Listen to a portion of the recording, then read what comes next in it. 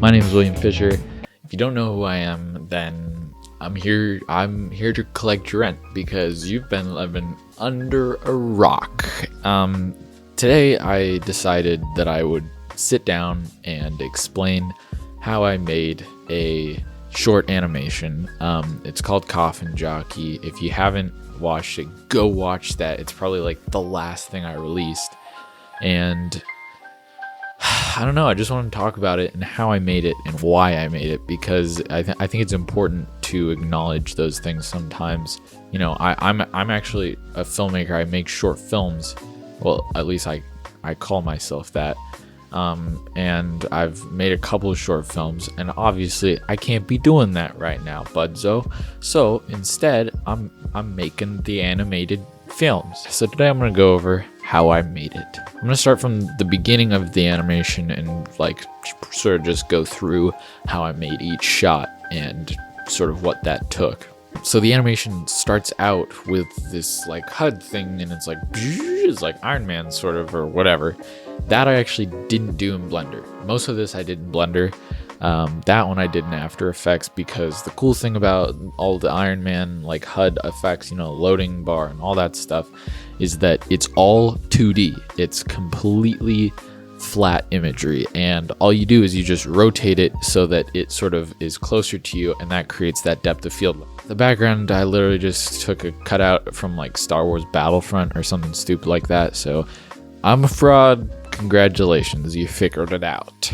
The next shot was the first Blender shot. Actually, it was like the 12th Blender shot that I made, because I made a lot of shots in Blender. It was a really interesting shot because it was a planet, which was just Mars. I just took a 3D model of Mars, and then I put some red lighting. Yeah, there are also a ton of asteroids sort of floating around, and to do that, I actually created a hair simulation.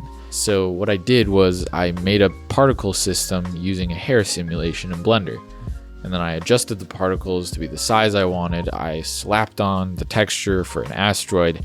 I put them out of focus if they were close to the camera so that you couldn't tell that it's just sort of a gelatinous blob of asteroid texture, and then I rotated it to make it look like, I don't know, the asteroids were moving. The TIE Fighter model is half of a TIE Fighter modeled and then mirrored over the center point of the TIE Fighter, which I actually did do a little bit of modeling on that. The shot after that, I believe, is just the TIE Fighter entering asteroids, and then there's sort of a sequence where the TIE Fighter is just sort of flying in and out of back and forth and all sorts of crazy stuff like that. For a lot of these shots, since they're in exactly the same area and project, and I used the same asteroids floating around, what I did was make multiple camera angles, but I did it in a very unique way. So, you know, when you see like a, you know, Pixar film maybe in 3D, I don't think they do those in 3D that much, but you see an animated film in 3D, you know, the way they do that in their software is they just record 2 shots, and then when you put on the glasses, it looks like it's 3D, and you're like, wow, this is crazy. I took that second camera, and instead of recording pretty much the same shot, I took that camera and I moved it way out to the side, and I got my second angle. And I think I recorded something like 4 different angles for the main shot of the TIE Fighter flying through all the asteroids.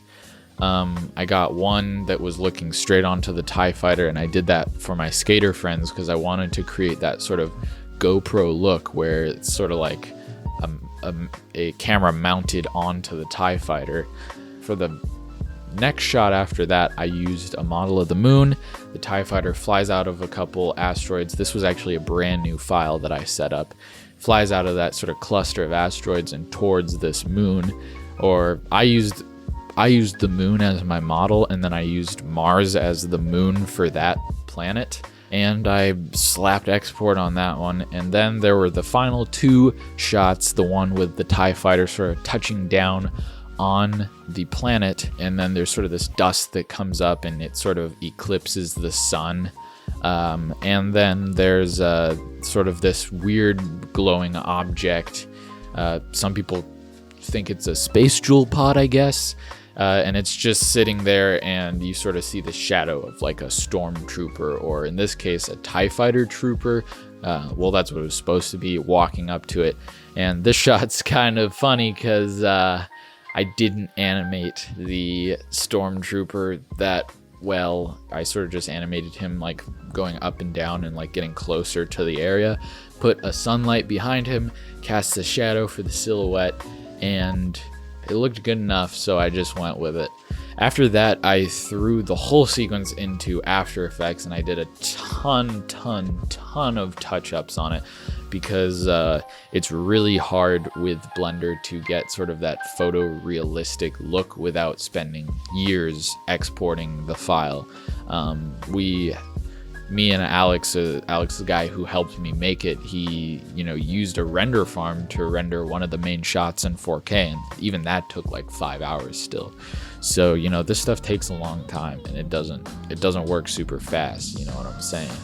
So, I guess I'll just throw in some cool montage right now of all of the layers coming together, and like, some cool editing or something. I don't know. I'll probably figure that out later.